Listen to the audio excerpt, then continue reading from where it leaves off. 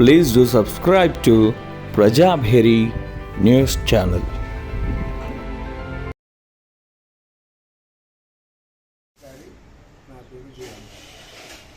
నేడు విశ్రాంత పోలీసు అధికారి జీవన్ రావును నేడు మన మహత్తరమైనటువంటి ఒక ప్రముఖ కవి మేధావి పింగళి వెంకయ్య నాయుడు జన్మదిన శుభాకాంక్షలు.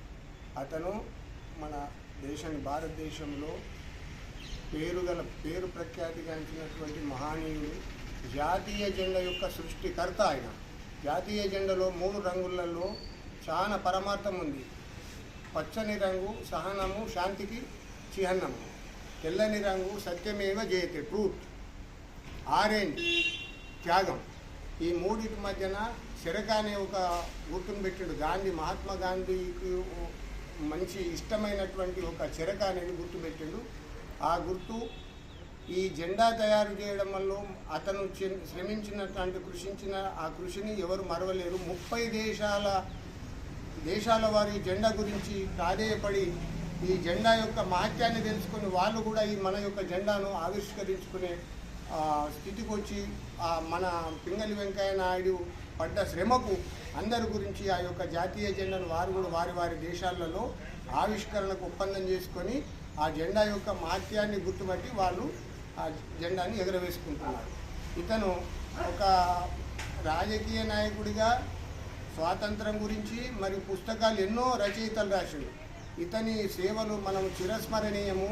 అతను చేసినటువంటి సేవా కార్యక్రమాలు చాలా ఉన్నాయి.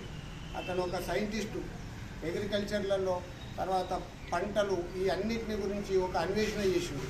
ఈ మహత్తరమైనటువంటి పింగళి వెంకయ్య నాయుడు యొక్క సేవలు అతను మచిలీపట్నంలో 1879 మచిలీపట్నం ఆగస్టు 2న మచిలీపట్నం ఒక కుగ్రామంలో జన్మించినాడు. పింగళి వెంకయ్య నాయుడిని తెలియని వ్యక్తులు లేరు.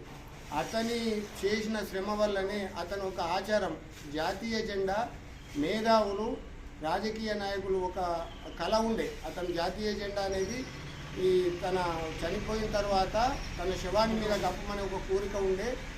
ఆ కోరికనే ఇప్పటికి కొనసాగుతున్నది. మేధావులకు మరియు జాతీయ నాయకులకు, రాజకీయ నాయకులకు, కళ అంటే ఒక గుర్తింపు పొందినటువంటి మహత్తరమైన వ్యక్తులు చనిపోయినప్పుడు ఆ జెండా కప్పడం అనే, జాతీయ జెండా కప్పడం అనే ఆచారం గొప్ప. అది అతని వల్లనే పింగళి వెంకయ్య నాయుడు ద్వారానే అమల్లోకి వచ్చింది, ఆచరణలోకి వచ్చింది. పింగళి వెంకయ్య నాయుడు ఛత్రపతి శివాజీ గారు కూడా వంశపారంపైనటువంటి మహారాష్ట్ర వాళ్ళ బంధుగణం నుంచి వచ్చినాడు. వాళ్ళ రక్త సంబంధాలు యుద్ధాలలో కూడా ఇతను ఎక్కడ వెనుకంజ వేయలేదు. గాంధీ గారికి, బాలగంగాధర తిలక్ గారికి, తర్వాత ఈ శివాజీ మంచి మేధావులకు అందరికీ ఇతను ఒక మంచి సన్మార్గము సూచిక, అటువంటి మార్గదర్శకుడు.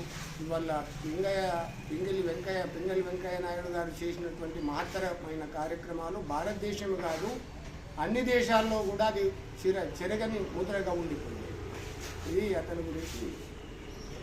వారి ఆదర్శాలలో నడిచి దేశాన్ని యొక్క అభ్యున్నతికి పాల్పడాలి.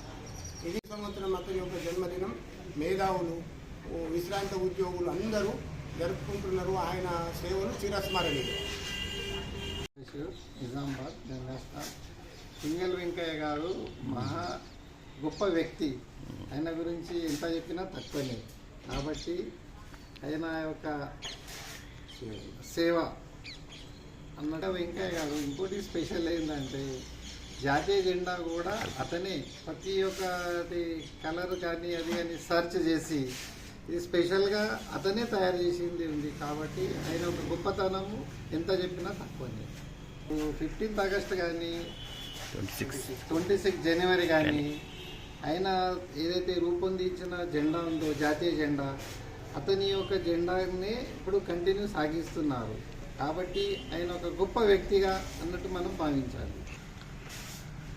ఇంకోటి ఏంటంటే 30 దేశాలు తిరిగి జాతీయ జెండాకు ఆయన సెలెక్ట్ చేసిండు. ఈ జెండాను సుభాష్ చంద్రబోస్ కానీ, గాంధీజీ కానీ అందరూ దాన్ని సహకరించారు. దాంట్లో ఇంకా స్పెషల్ ఏంటంటే ఈయనకు ఆ కలరు డిసైడ్ చేసిండు.